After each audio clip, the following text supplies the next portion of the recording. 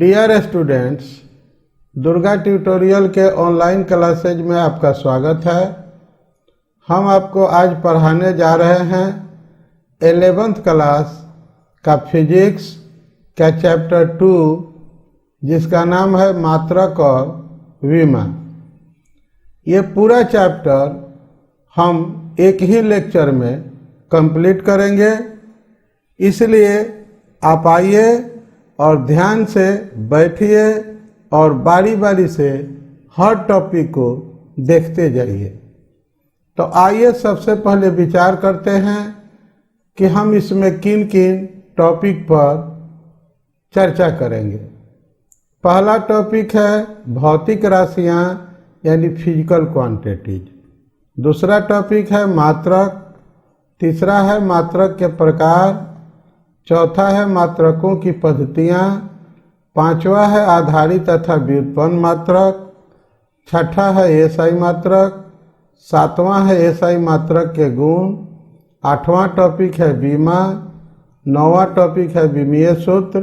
10वां topic है विमीय समीकरण। 11वां topic है विमीय समघातता का सिद्धांत। 12वां टॉपिक है विमीय समीकरण के उपयोग। 13वां टॉपिक है विमीय समीकरण की सीमाएं। 14वां टॉपिक है प्रेक्षण में त्रुटि। 15वां टॉपिक है त्रुटि के प्रकार। 16वां टॉपिक है सार्थक अंक और 17वां टॉपिक है सार्थक अंक लिखने का नियम। तो ये कुल 17 टॉपिक की हम चर्चा करेंगे। आइए सबसे पहले टॉपिक पर चलते हैं। हमारा पहला टॉपिक है भौतिक राशियां। तो भौतिक राशि किसे कहते हैं? तो जिन राशियों के पदों में हम भौतिकी के नियमों को लिख सकते हैं उसे भौतिक राशियां कहते हैं। जैसे द्रव्यमान, लंबाई, समय, कार्य, बल, ऊर्जा इत्यादि। कहने का मतलब है कि भौतिकी के नियमों को लिखने के लिए हमें कुछ राशियों की जरूरत पड़ती है। उन्हीं राशियों को हम लोग भौतिक राशि के नाम से जानते हैं। भौतिक राशियां दो प्रकार की होती हैं। पहली है मूल राशियां और दूसरी है व्युत्पन्न राशियां। मूल राशियों की संख्या 7 है, जिनमें लंबाई, द्रव्यमान, समय महत्वपूर्ण है। अब आइए सबसे पहले हम मात्रक पर विचार करते हैं।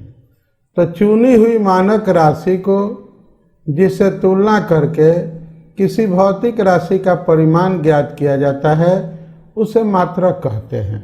ध्यान दीजिएगा, मात्रक मात्रा शब्द से बना है। किसी भी चीज की मात्रा को निर्धारित करने के लिए हमें एक दूसरे निश्चित मात्रा की जरूरत पड़ती है। मान लीजिए कि आप बाजार में जाते हैं और दुकानदार से कहते हैं कि हमें कपड़ा दीजिए, तो वह प्रश्न करता है कितना कपड़ा। तो वहां पर आप क्या कहते हैं? इतना मीटर, इतना सेंटीमीटर। आप कोई चीनी, चावल, दाल खरीदने जाते हैं, दुकानदार से कहते हैं चीनी दीजिए। वो पूछता है कितना चीनी। वहाँ आप उत्तर देते हैं 2 किलो, 4 किलो, 5 किलो, 10 किलो या 250 ग्राम, 500 ग्राम। तो आप देख रहे हैं कि कपड़ा खरीदते वक्त आपको मानक राशि की जरूरत पड़ती है, तो हम मीटर का प्रयोग, सेंटीमीटर का प्रयोग करते हैं। चीनी चावल के लिए आप किलोग्राम का उपयोग करते हैं। मान लीजिए कोई तार खरीदने जाते हैं, तो वहाँ पर कितना तार चाहिए, तो 1 मीटर, 2 मीटर, मीटर की बात करते हैं। किसी दूरी की बात आप मीटर या किलोमीटर में करते हैं। तो ये मीटर, किलोमीटर, लीटर, ये सब जो हैं मानक राशियां हैं। इसी तरह से जब हम समय की बात करते हैं तो हम लोग सेकेंड में, घंटा में, मिनट में बात करते हैं। तो ये सेकेंड, घंटा, मिनट, ये सब मानक राशियां हैं जिसको हम लोग मात्रक कहेंगे। उम्मीद है कि आप मात्रक को समझ गए होंगे। आगे बढ़ते हैं और हम बात करते हैं मात्रकों के प्रकार की। मात्रक दो प्रकार के होते हैं, मूल मात्रक और दूसरा है व्युत्पन्न मात्रक। पहले हम बात करेंगे मूल मात्रक की।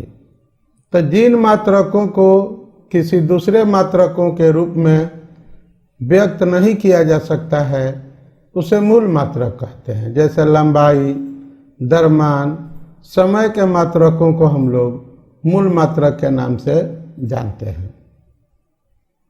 यानी कि मूल मात्रक को आप किसी और मात्रक के रूप में नहीं व्यक्त कर सकते हैं।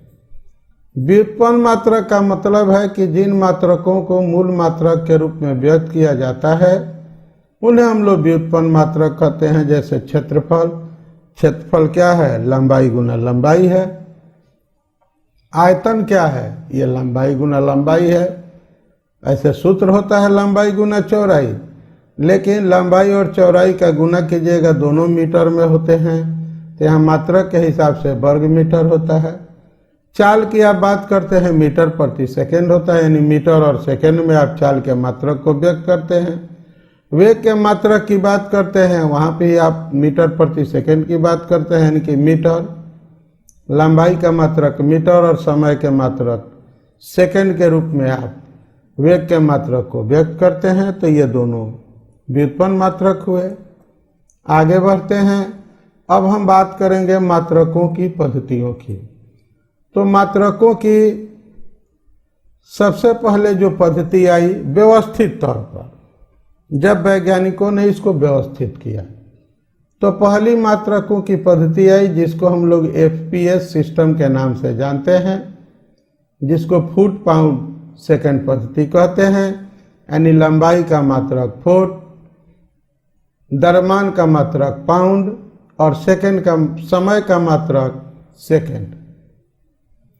इसके बाद इसमें बदलाव आया, लंबाई का मात्रक बन गया सेंटीमीटर, द्रव्यमान का मात्रक बन गया ग्राम और समय का मात्रक सेकंड बरकरार रहा। तो ये CGS बन गया, सेंटीमीटर ग्राम सेकंड। इसके बाद इसी को बदल दिया गया, थोड़ा सुधार किया गया, तो ये आया MKS सिस्टम, यानी कि मीटर किलोग्राम सेकंड। MKS को ही सुधार करके वैज्ञानिकों के अंतर्राष्ट्रीय सम्मेलन में SI मात्रक, जिसको हम लोग सिस्टम इंटरनेशनल के नाम से जानते हैं, को स्वीकार किया गया और आज तक यह जारी है।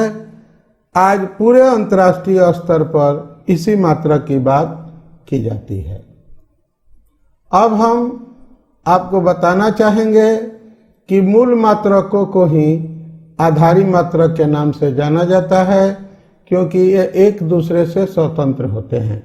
आपसे कोई प्रश्न करे कि आधारी मात्रक किसे कहते हैं, तो आप कहेंगे मूल मात्रक को ही आधारी मात्रक कहते हैं, क्योंकि एक दूसरे से ये स्वतंत्र होते हैं।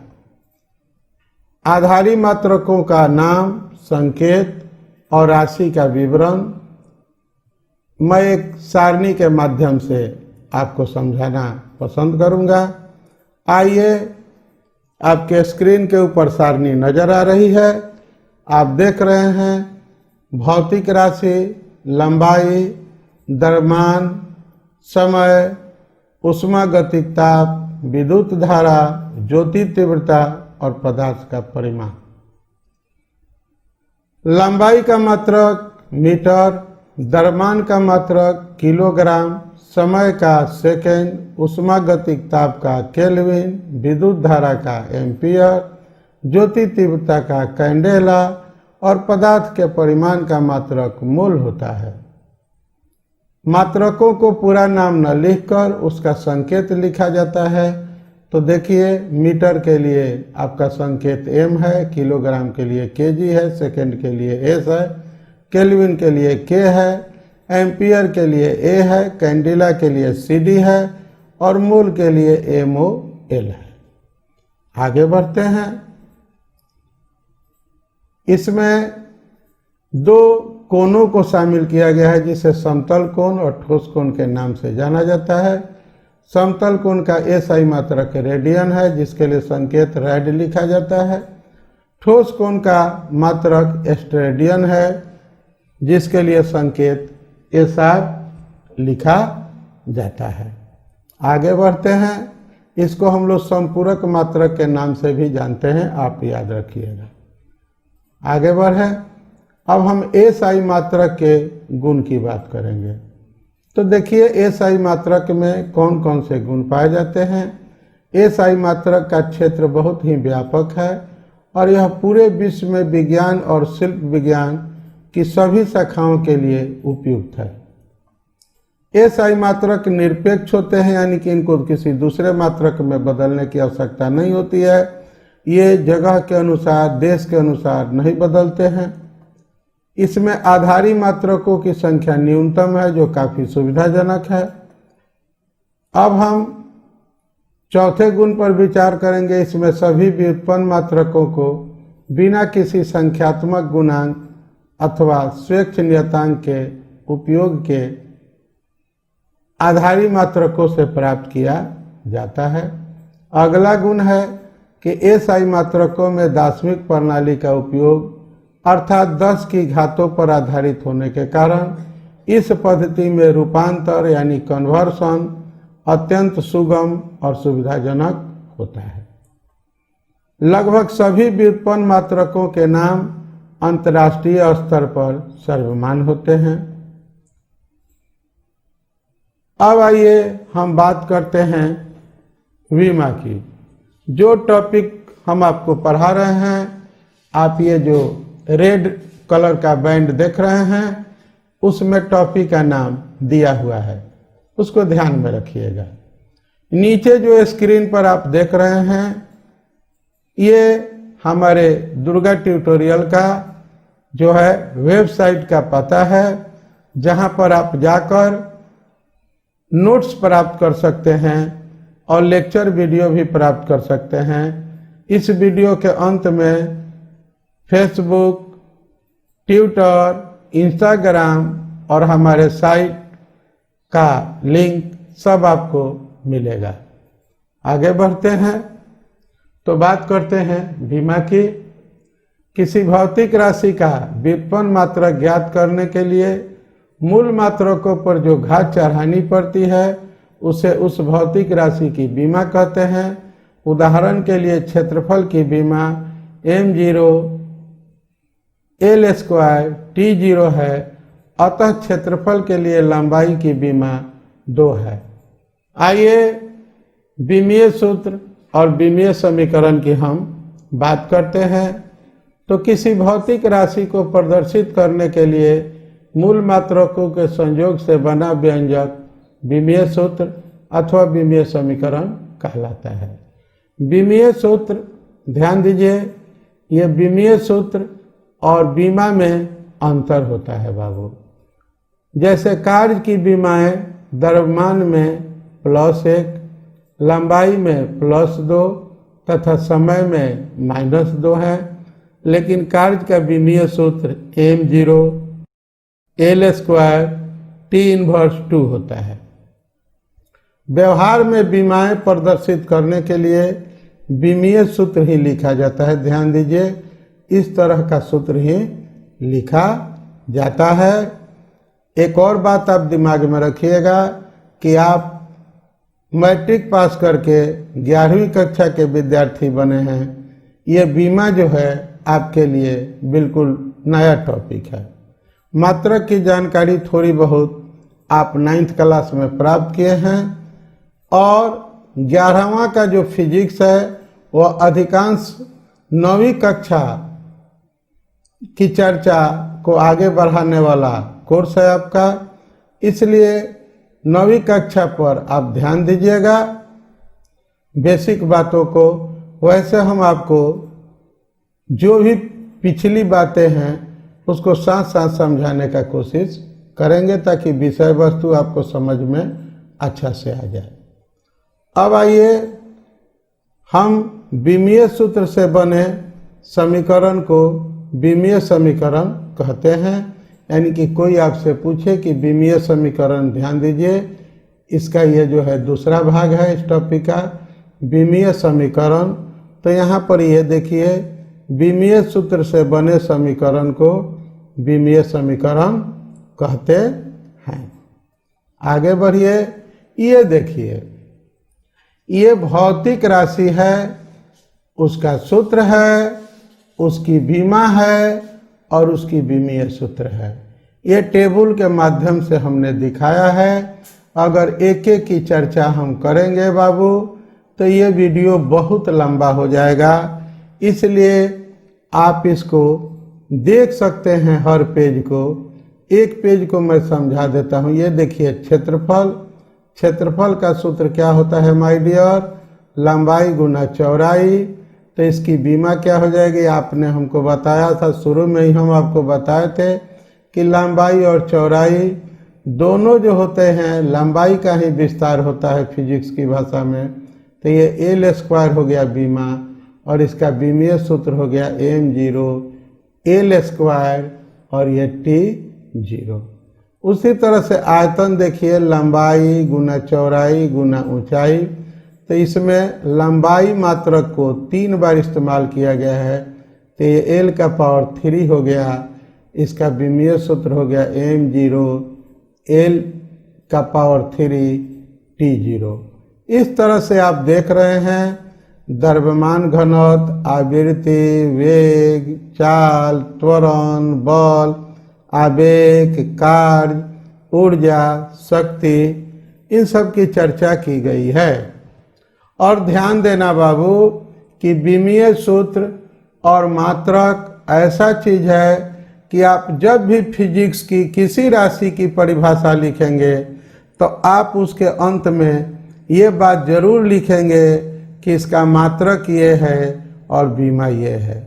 तो मात्रक और बीमा जो है, अगर आप एक फिजिक्स के छात्र हैं और कहीं पर भी मात्रक और बीमा की आप चर्चा करते हैं, उसकी परिभाषा देते हैं, किसी भौतिक राशि को परिभाषित करते हैं, तो मात्रक और बीमा की चर्चा उसके साथ अवश्य करनी पड़ेगी। ये मात्रक और बीमा परिभाषा को यही कहते हैं कि कभी तेरा दामन न छोड़ेंगे हम। जहाँ पर कोई परिभाषा आएगी भौतिक राशि की, वहाँ पर मात्रक और बीमा उसका जरूर पीछा करेंगे, उसका जरूर साथ देंगे।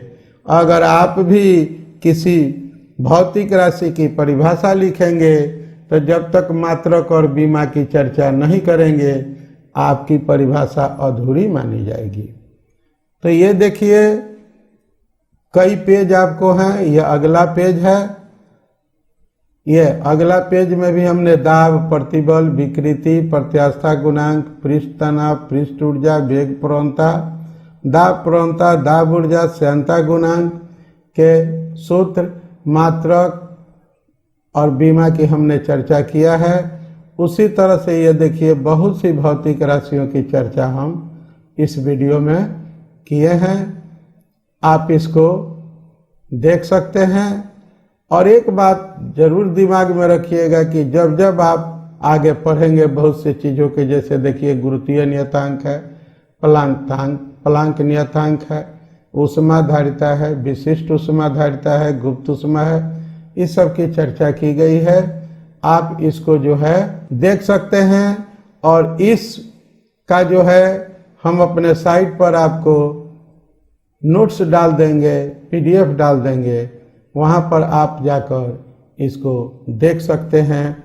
ये देखिए इसी पते पर जब आप जाएंगे, गूगल सर्च करेंगे www.durgatutorial.com, तो वहाँ पर दुर्गा ट्यूटोरियल का वेबसाइट आपको खुल जाएगा।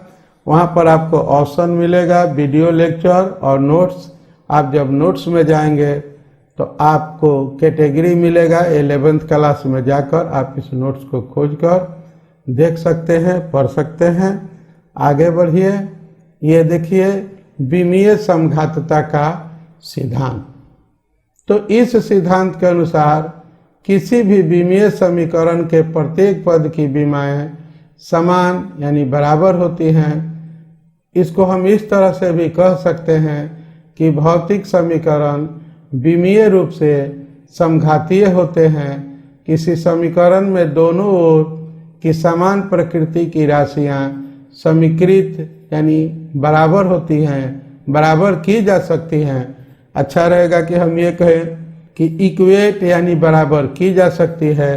ध्यान दीजिए जैसे ये 3m + 2m 5m है, यानी कि 3 मीटर, 2 मीटर, 5 मीटर है, परंतु 3 मीटर और 2 kg का कोई अर्थ नहीं है। क्यों नहीं है? कि ये दोनों मीटर है। मीटर में मीटर को आप जोड़ सकते हैं, किलोग्राम में किलोग्राम को जोड़ सकते हैं, लेकिन आप मीटर में किलोग्राम को नहीं जोड़ सकते हैं। आपसे पूछा जाए कि 2 मीटर कपड़ा और 3 किलो मछली मिलके कितना होगा, तो आप 5 कुछ नहीं कह सकते हैं। ये 2 किलो मछली और 3 मीटर कपड़ा ही कह सकते हैं।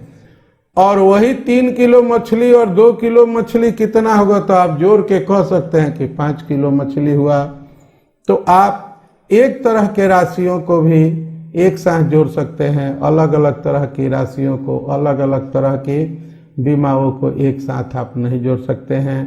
आगे बढ़ते हैं और विमीय समीकरण के उपयोग की बात करते हैं कि विमीय समीकरण के उपयोग क्या हैं। तो विमीय समीकरण का कई उपयोग है, जिसमें से हम कुछ उपयोग की चर्चा कर देते हैं। किसी भी भौतिक राशि के मात्रक को एक पद्धति से यानी एक सिस्टम से दूसरे सिस्टम में बदलने में विमीय समीकरण का उपयोग किया जाता है। भौतिकी के विभिन्न सूत्रों की सत्यता की जांच करने में, यानी कि भौतिकी का कोई फॉर्मूला ट्रू है कि फॉल्स है, इसकी वैलिडिटी को चेक करने में आप विमीय समीकरण और विमीय सूत्र का उपयोग कर सकते हैं। और विभिन्न भौतिक राशियों के बीच में संबंध स्थापित करने में भी आप विमीय समीकरण का उपयोग कर सकते हैं।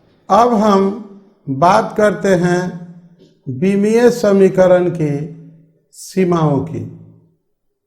तो देखिए दुनिया में हर चीज की अपनी एक सीमा होती है, अपना एक लिमिट होता है। उस सीमा या उस लिमिट के बाहर उसकी या तो उपयोगिता नहीं रह जाती है या उसकी हस्ती नहीं रह जाती है, वह काम नहीं कर पाता है या वो सिद्धांत या नियम लागू नहीं हो पाता है। कुदरत ने हर चीज का अपना एक लिमिट बनाया है। कहा भी गया है कि सूरज, चंदा, तारे, जुगनू सबकी अपनी हस्ती है, जिसको जितना नूर मिला है उतनी देर बरसती है। तो विमीय समीकरण भी कैसे बिना सीमा का हो सकता है। तो आइए बात करते हैं कि इसकी सीमा कहाँ फेल कर जाती है। तो देखिए विमीय समीकरण में हम m, l, t और थीटा की घातों की तुलना करके समीकरण प्राप्त करते हैं। तो मान लीजिए कि कोई भी अगर भौतिक राशि इन 4 राशियों की घात के अलावा किसी अन्य राशि पर निर्भर करता है, तो उस स्थिति में हम विमीय समीकरण का उपयोग नहीं कर सकते हैं या विमीय समीकरण की विधि का उपयोग करके कोई समीकरण स्थापित नहीं कर सकते हैं। हम विमीय समीकरण का उपयोग वहीं कर सकते हैं जहां पर m, l, t और थीटा के घातों का उपयोग हो, इसके अलावा किसी और भौतिक राशि के मात्रक के घात का उपयोग न हो। अब आइए इसकी दूसरी सीमा पर हम लोग विचार करते हैं। इस विधि द्वारा ऐसे समीकरण ज्ञात नहीं किए जा सकते हैं जिनमें योग या अंतर के पद होते हैं। ये देखिए 9th क्लास में पढ़ा हुआ आपका एक समीकरण है, एस बराबर U T plus half A T square. यहाँ ध्यान दीजिए, ये चिन्ह प्लस के जगह अगर कोई माइनस भी लिखता है तो विमीय समीकरण के द्वारा हम ये निर्णय नहीं कर पाते हैं कि प्लस सही होगा या माइनस सही होगा। यानी कि यहाँ चिन्ह के बारे में, प्लस माइनस के बारे में विमीय समीकरण निश्चित तौर पर कुछ भी कहने में असमर्थ है। आगे बढ़ते हैं और ये देखिए टॉपिक आपको स्क्रीन पर नजर आ रहा है, प्रेक्षण में त्रुटि और त्रुटि के प्रकार। तो त्रुटि का मतलब क्या होता है? त्रुटि को बाबू अंग्रेजी में एरर कहते हैं। एरर का मतलब होता है कि यथार्थ मान यानी कि एक्चुअल वैल्यू और प्राप्त मान जो भी आपने पाया है, दोनों के बीच का जो अंतर होता है उसको त्रुटि कहते हैं। मान लीजिए किसी चीज़ की लंबाई मापते हैं 1 मीटर है, आपके मापने में वो 99 आ गया या 101 सेंटीमीटर आ गया, तो 1 सेंटीमीटर का जो गड़बड़ी हुआ उसको हम लोग त्रुटि कहते हैं। त्रुटि 2 प्रकार की होती है माय डियर, क्रमबद्ध त्रुटि और संयोगिक त्रुटि। जिस त्रुटि के कारणों का पता लगाया जा सकता है उसे क्रमबद्ध त्रुटि कहते हैं, और जिस त्रुटि के कारणों का पता नहीं लगाया जा सकता है उसे संयोगिक त्रुटि कहते हैं।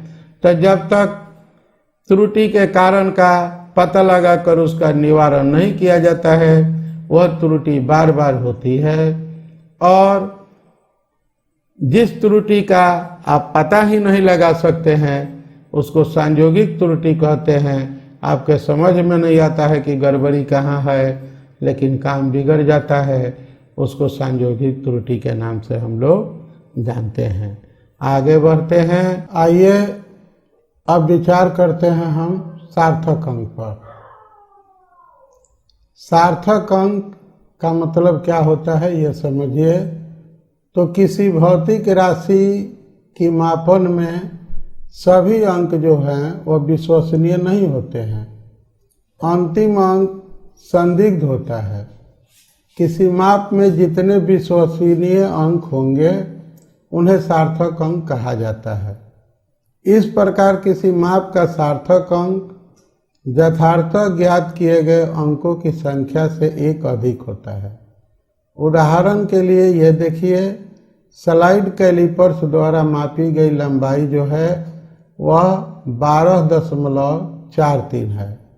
इसमें यथार्थ रूप से 1, 2 और 4 अंक जो हैं वह ज्ञात किए गए हैं।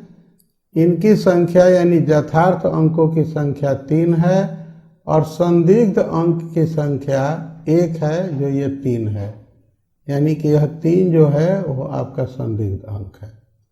तो सार्थक अंकों की संख्या हो गई कुल 1, 2, 4 और 3, यानी कि सार्थक अंक हो गए आपको 4। आगे बढ़ते हैं और सार्थक अंक लिखने के क्या नियम है इसके बारे में हम आपको समझाते हैं।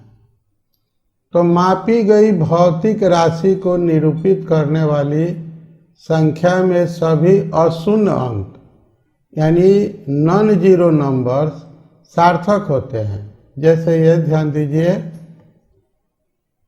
58.43 में सार्थक अंकों की संख्या 4 है। अब दूसरा नियम कहता है कि अशून्य अंकों के बीच यदि शून्यांक हो तो उसे सार्थक अंक कहा जाता है। जैसे यहाँ ध्यान दीजिए 809, तो यहाँ 0 जो है वह 2 नॉन जीरो के बीच में है, और यहाँ का भी 0 जो है वह 2 नॉन जीरो के बीच में है, इसलिए इसमें सार्थक अंकों की संख्या हो गई 6। यदि मापी गई संख्या में दशमलव नहीं हो तो उसके अंतिम अशून्य अंक के बाद आने वाले सभी शून्य सार्थक नहीं होते हैं। जैसे ध्यान दीजिए 48900 ये केजी है, इसमें सार्थक अंक आपको 4, 8, 9 की संख्या मात्र 3 है, न कि 5 है। आगे बढ़ते हैं।